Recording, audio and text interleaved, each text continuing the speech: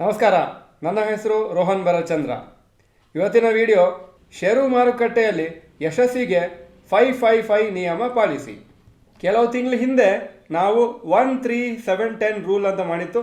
ತುಂಬ interesting video, ಸುಮಾರು ಜನ ನೋಡಿದಿರಿ. ಹಾಗೂ ಆ ವಿಡಿಯೋನ ನೋಡಿಲ್ಲ ಅಂದರೆ ಅದನ್ನು ನಮ್ಮ ಚಾನಲಲ್ಲಿ ಸರ್ಚ್ ಮಾಡಿ ನೋಡಿ. ಪರ್ಸನಲ್ ಫೈನಾನ್ಸ್ ಬಗ್ಗೆ ಸುಮಾರು ರೂಲ್ಸು, ನಾವು ಇನ್ವೆಸ್ಟ್ಮೆಂಟ್ ಯಾವ ಥರ ಮಾಡಬೇಕಂತ. ಅದೇ ಥರ ಇವತ್ತಿನ ವಿಡಿಯೋಲಿ ನಾವು 555 ರೂಲನ್ನು ನಿಮಗೆ ಪರಿಚಯಿಸ್ತಾ ಇದ್ದೀವಿ. ಹಾಗೂ ಈ 555 ರೂಲ್ ಏನು ಅಂತ ಎಕ್ಸ್ಪ್ಲೇನ್ ಮಾಡ್ತಾ ಇದ್ದೀನಿ.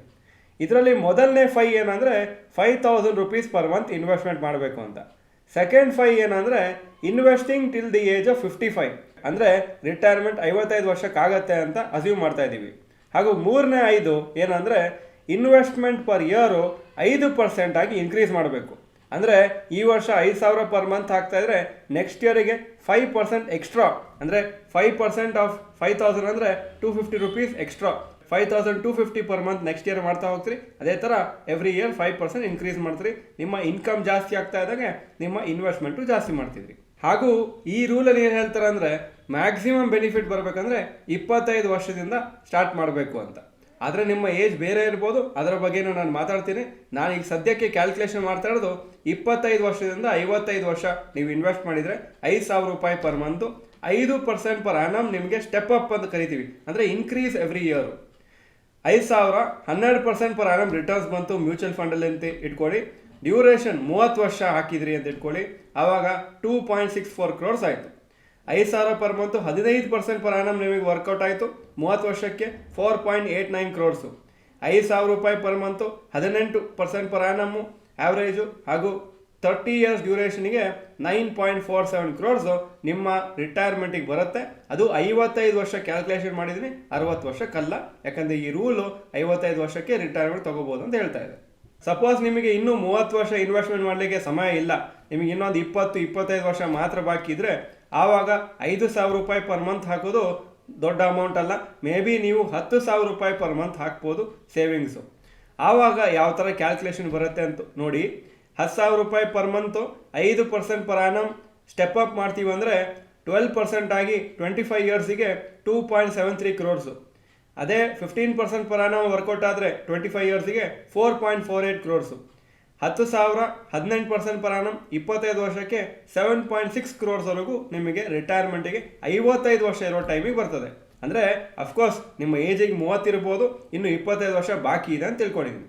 ಅಕಸ್ಮಾತ್ ನಿಮ್ಮ ಏಜ್ ಇನ್ನೂ ಜಾಸ್ತಿ ಇದೆ, ನಿಮಗೆ 20 ವರ್ಷನೇ ಬಾಕಿ 55 ವರ್ಷಕ್ಕೆ, ಅಥವಾ ನೀವು ರಿಟೈರ್ಮೆಂಟ್ಗೆ 60 ವರ್ಷಕ್ಕೆ ತೊಗೊಳ್ತಿದ್ರೆ ಡ್ಯೂರೇಷನ್ 20 ವರ್ಷ ಹಾಕಿದ್ದೀನಿ. ನಿಮ್ಮ ಏಜ್ ಎಷ್ಟೇ ಇರ್ಬೋದು, ಎಷ್ಟು ವರ್ಷಕ್ಕೆ ಹಾಕ್ತಾ ಇದ್ರಿ ಅಂತ ನಾನು ಕ್ಯಾಲ್ಕುಲೇಷನ್ ಮಾಡಿದ್ದೀನಿ.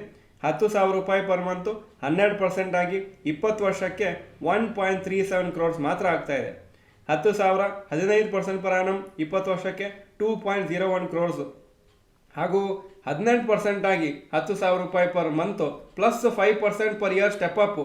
ಬರೀ 10,000 ಕಾನ್ಸ್ಟೆಂಟ್ ಅಲ್ಲ, ಎವ್ರಿ ಇಯರ್ 5% ಜಾಸ್ತಿ ಮಾಡ್ತಾ ಇದ್ದೀವಿ. ಆವಾಗ 3 ಕೋಟಿವರೆಗೆ ನಿಮಗೆ ರಿಟೈರ್ಮೆಂಟಿಗೆ ಬರುವುದು 20 ವರ್ಷ ಆದಮೇಲೆ. ಸೊ ನೀವು ನೋಡ್ತಾ ಇದ್ದಾಗೆ ನಾವು ಲೇಟ್ ಮಾಡ್ತಾ ಇದ್ದಾಗೆ ನಮ್ಮ ಫೈನಲ್ ಕಾರ್ಪಸ್ ಅಮೌಂಟ್ ಕಮ್ಮಿ ಆಗುತ್ತೆ. ನಾವು ಜಾಸ್ತಿ ಅಮೌಂಟ್ ಹಾಕಿದರೂ ಅಷ್ಟು ಲೆವೆಲಿಗೆ ಅದು ದೊಡ್ಡ ಅಮೌಂಟ್ ಆಗ್ತಾ ಇಲ್ಲ. ಚಕ್ರಬಡ್ಡಿಯಲ್ಲಿ 3 ಪ್ಯಾರಾಮೀಟರ್ ನಿಮಗೆ ಗೊತ್ತಿದ್ದಾಗಿದೆ. ಒಂದು ಏನಂದರೆ ಪ್ರಿನ್ಸಿಪಲ್ ಅಥವಾ ಇನ್ವೆಸ್ಟ್ಮೆಂಟ್ ಅಮೌಂಟ್. ನಾವು ಎಷ್ಟು ಜಾಸ್ತಿ ಹಾಕ್ತೀವಿ ಅದೇ ಥರ ಫ್ಯೂಚರಲ್ಲಿ ಅಷ್ಟು ಜಾಸ್ತಿ ಎಕ್ಸ್ಪೆಕ್ಟ್ ಮಾಡ್ಬೋದು, ಯಾಕಂದರೆ ಅದ್ರ ಮೇಲೆ ರಿಟರ್ನ್ಸ್ ಬರುತ್ತೆ. ಟೈಮ್ ಪೀರಿಯಡು, ನೀವು ಎಷ್ಟು ಜಾಸ್ತಿ ಸಮಯ ಕೊಡಲಿಕ್ಕೆ ನಿಮಗಿದೆ, ಅಂದರೆ ನೀವು ಬೇಗ ಶುರು ಮಾಡಿದರೆ ಜಾಸ್ತಿ ಟೈಮ್ ಇರುತ್ತೆ ನಿಮಗೆ ಇನ್ವೆಸ್ಟ್ ಮಾಡಲಿಕ್ಕೆ, ಆವಾಗ ಕಾಂಪೌಂಡಿಂಗ್ ಜಾಸ್ತಿ ಆಗುತ್ತೆ. ಹಾಗೂ ರೇಟ್ ಆಫ್ ರಿಟರ್ನು, ಎಷ್ಟು ಹೈ ರಿಟರ್ನ್ ಸಿಗುತ್ತೆ ಅಷ್ಟು ಹೈ ರಿಟರ್ನ್ಸ್ ಬರುತ್ತೆ, ಅಷ್ಟು ಹೈ ಕಾರ್ಪಸ್ ಆಗುತ್ತೆ. ಆದರೆ ಈ ರೇಟ್ ಆಫ್ ರಿಟರ್ನ್ ನಮ್ಮ ಕೈಯಲ್ಲಿ ಇರೋದಿಲ್ಲ, ಯಾಕಂದರೆ ಮಾರ್ಕೆಟ್ ಮೇಲೆ ಡಿಪೆಂಡ್ ಆಗುತ್ತೆ. ನಾವು ಹಾಕುವ ಅಮೌಂಟು ಆದಷ್ಟು ಜಾಸ್ತಿ ಹಾಕಲಿಕ್ಕೆ ಪ್ರಯತ್ನ ಮಾಡೋದು ಅದು ನಮ್ಮ ಕೈಯಲ್ಲಿದೆ. ಟೈಮ್ ಪೀರಿಯಡು, ನಾವು ಎಷ್ಟು ಬೇಗ ಸ್ಟಾರ್ಟ್ ಮಾಡ್ತೀವಿ, ಎಷ್ಟು ಲೇಟಾಗಿ ತೊಗೊಳ್ಳಿಕ್ಕೆ ನಮಗೆ ಶಕ್ತಿ ಇದೆ, ಅಲ್ಲಿವರೆಗೆ ನಾವು ಇನ್ವೆಸ್ಟ್ ಮಾಡಿದ್ರು ಚಕ್ರಬಡ್ಡಿಯಲ್ಲಿ ಜಾಸ್ತಿ ಬೆನಿಫಿಟ್ ಸಿಗುತ್ತೆ. ಸೊ ನೀವು ಪ್ಲ್ಯಾನಿಂಗ್ ಇದರ ಪ್ರಕಾರನೇ ಮಾಡಿ. ನೀವು ಪರ್ ಮಂತ್ ಏನು ಇನ್ವೆಸ್ಟ್ ಮಾಡ್ತೀರಿ, ಒಂದು ದೊಡ್ಡ ಅಮೌಂಟ್ ಆಗಲಿಕ್ಕೆ ಅದನ್ನು ಆದಷ್ಟು ಬೇಗ ಸ್ಟಾರ್ಟ್ ಮಾಡಿ. ಆಲ್ರೆಡಿ ಸ್ಟಾರ್ಟ್ ಮಾಡಿದ್ರು ಅದನ್ನು ನೀವು ಇನ್ನೂ ಜಾಸ್ತಿ ಮಾಡ್ಬೋದಾ ನೆಕ್ಸ್ಟ್ ಇಯರು, ಅಥವಾ ಮುಂದಿನ ಕೆಲವು ತಿಂಗಳಲ್ಲಿ ನೀವು ಜಾಸ್ತಿ ಮಾಡ್ಬೋದಂತ ಯೋಚನೆ ಮಾಡಿ. ಸುಮಾರು ಜನ ಏನೊಂದು ವಿಷಯನ ಸೀರಿಯಸ್ ಆಗಿ ತಗೊಳ್ಳೋದಿಲ್ಲ ಅಂದರೆ, ಹಾಗೂ ಇದು ನೆಗೆಟಿವ್ ಸರ್ಪ್ರೈಸ್ ಆಗಲಿಕ್ಕಿದೆ ನಮ್ಮ ಜನ್ರೇಷನಲ್ಲಿ. ಏನಂದರೆ ವ್ಯಾಲ್ಯೂ ಆಫ್ ಮನಿ ಪ್ರತಿ ವರ್ಷ ಕಮ್ಮಿ ಆಗುತ್ತೆ. 20 ವರ್ಷ ಆದಮೇಲೆ ಇವತ್ತಿರೋ ಅಮೌಂಟು ಮತ್ತು ಅದೇ ಅಮೌಂಟು 20 ವರ್ಷ ಆದಮೇಲೆ ಸಿಕ್ಕಿದರೆ ಅದು ತುಂಬ ವ್ಯಾಲ್ಯೂ ಕಮ್ಮಿ ಆಗಿರ್ತದೆ.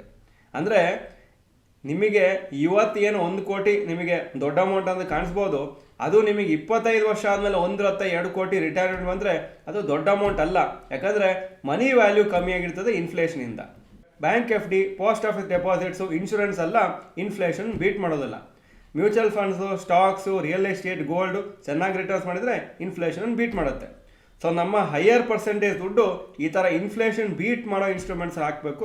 ಇನ್ಫ್ಲೇಷನ್ಗಿಂತ ಕಮ್ಮಿ ಬರೋ ಇನ್ಸ್ಟ್ರೂಮೆಂಟ್ಸ್ ಹಾಕಿದರೆ ನಮ್ಮ ದುಡ್ಡು ಜಾಸ್ತಿ ಮಲ್ಟಿಪ್ಲೈ ಆಗೋದಿಲ್ಲ. ಸುಮಾರು ಜನ ಪೋರ್ಟ್ಫೋಲಿಯೋ ನೋಡಿದ್ದೀನಿ, ಅವರ maximum amount bank, post office, ಇನ್ಶೂರೆನ್ಸಲ್ಲಿ ಹಾಕಿರ್ತಾರೆ, ತುಂಬ ಸೇಫ್ಟಿ ಇದೆ ಅಂತ. ಆದರೆ ಆ ಸೇಫ್ಟಿಲಿ ಏನಾಗುತ್ತೆ, ನಿಮಗೆ ಇನ್ಫ್ಲೇಷನಲ್ಲಿ ಆ ಅಮೌಂಟ್ ಏನು ಗ್ರೋ ಆಗಬೇಕು ಅದು ಗ್ರೋ ಆಗೋದೇ ಇಲ್ಲ, ಇನ್ಫ್ಲೇಷನ್ದ ಆ ವ್ಯಾಲ್ಯೂ ಕಮ್ಮಿ ಆಗ್ತಾ ಇರ್ತದೆ. ಸೊ ಆದಷ್ಟು ಸ್ಟಾಕ್ ಮಾರ್ಕೆಟ್ ಹಾಕಬೇಕು. ಸ್ವಲ್ಪ ರಿಸ್ಕ್ ಇದೆ, ಬಟ್ ಅದನ್ನು ಕರೆಕ್ಟಾಗಿ ರಿಸರ್ಚ್ ಮಾಡಿ ಹಾಕಬೇಕು. ಹಾಗೂ ನಾವು ಆ ರಿಸ್ಕನ್ನು ಮ್ಯಾನೇಜ್ ಮಾಡ್ಲಿಕ್ಕೆ ಬರಬೇಕು. ಆವಾಗ ನಮ್ಮ ಫೈನಲ್ ಅಮೌಂಟು ಒಂದು ಒಳ್ಳೆ ಅಮೌಂಟ್ ಆಗುತ್ತೆ. ನಾವು ನಮ್ಮ ಚಾನಲಲ್ಲಿ ಹಾಗೂ ಆನ್ಲೈನ್ ಕೋರ್ಸಲ್ಲಿ ಕೇಳ್ತಾ ಇರ್ತೀವಿ, ನಿಮಗೆ ರಿಟೈರ್ಮೆಂಟಿಗೆ ಎಷ್ಟು ಅಮೌಂಟ್ ಬೇಕಂತ. ಸುಮಾರು ಜನ 1 ಕೋಟಿ 2 ಕೋಟಿ ಅಂತ ಹೇಳ್ತಾರೆ. ಅವ್ರ ವಯಸ್ಸು 25-30 ಇರ್ಬೋದು ಅಷ್ಟೇ. ಇನ್ನೂ 25-30 ವರ್ಷ ಆದಮೇಲೆ ಅವರ ರಿಟೈರ್ಮೆಂಟ್ ಟೈಮಲ್ಲಿ 1 ಕೋಟಿ ಅಥವಾ 2 ಕೋಟಿ ಬರುತ್ತೆ ಅಂದರೆ ಅದು ದೊಡ್ಡ ಅಮೌಂಟ್ ಅಲ್ಲ. ಈ ಟೇಬಲನ್ನು ನೋಡಿ ನಿಮಗೆ ಅರ್ಥ ಆಗುತ್ತೆ.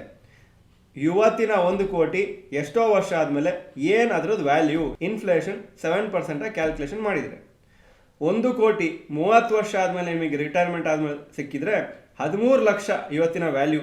ಅಂದರೆ ಇವತ್ತಿನ 13 ಲಕ್ಷ ಆ ದಿವಸದ 1 ಕೋಟಿ.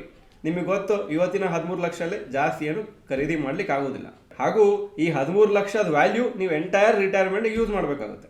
ಅದೇ ಥರ 25 ವರ್ಷ ಆದಮೇಲೆ ಸಿಕ್ಕಿದ್ರೆ ಸ್ವಲ್ಪ ಬೆಟರ್ ವ್ಯಾಲ್ಯೂ, ಯಾಕಂದರೆ ಜಾಸ್ತಿ ಸಮಯ ಆಗಿಲ್ಲ ಇನ್ಫ್ಲೇಷನಿಂದ ಇಂಪ್ಯಾಕ್ಟ್ ಆಗಲಿಕ್ಕೆ. 18 ಲ್ಯಾಕ್ಸು.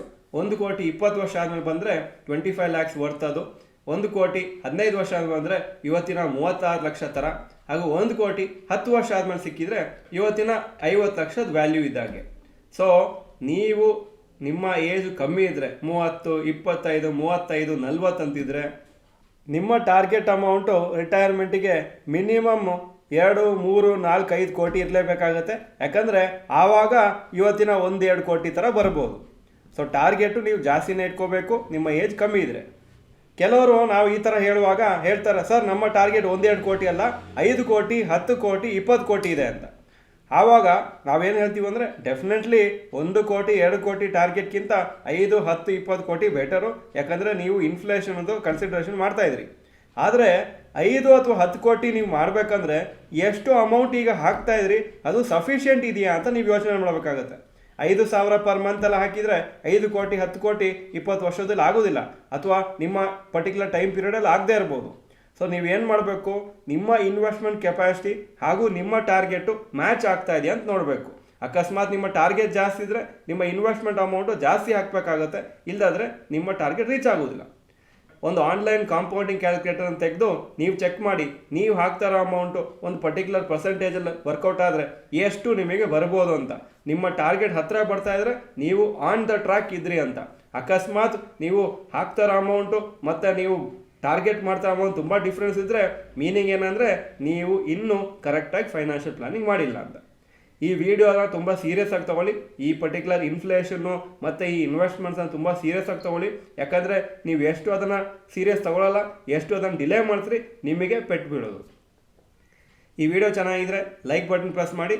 ಹಾಗೂ ನೀವು ಕಮೆಂಟ್ ಸೆಕ್ಷನಲ್ಲಿ ಬರೀರಿ ನಿಮ್ಮ ಟಾರ್ಗೆಟ್ ಅಮೌಂಟು ರಿಟೈರ್ಮೆಂಟಿಗೆ ಏನಿರಬೇಕು, ಹಾಗೂ ನೀವು ಸದ್ಯಕ್ಕೆ ಎಷ್ಟು ಅಮೌಂಟ್ ಹಾಕ್ತಾ ಇದ್ರಿ ಪರ್ ಮಂತ್ ಅಂತ ಬರೀರಿ. ಅಂದರೆ ನಿಮ್ಮ ಟಾರ್ಗೆಟ್ ಇರ್ಬೋದು 3 ಕೋಟಿ, ನಾನು ಹಾಕ್ತಾ ಇರೋದು 8,000 ರೂಪಾಯಿ ಪರ್ ಮಂತ್ ಅಂತ. ಸೊ ಆ ಥರ ನಿಮ್ಮ ಫಿಗರ್ಸನ್ನು ಬರೀರಿ. ಈ ವಿಡಿಯೋ ನೋಡೋದಕ್ಕೆ ಧನ್ಯವಾದಗಳು. ಚಾನಲ್ಗೆ ಸಬ್ಸ್ಕ್ರೈಬ್ ಮಾಡಲಿ ಅಂದರೆ subscribe button, bell icon press ಮಾಡಿ. ನಮಸ್ಕಾರ.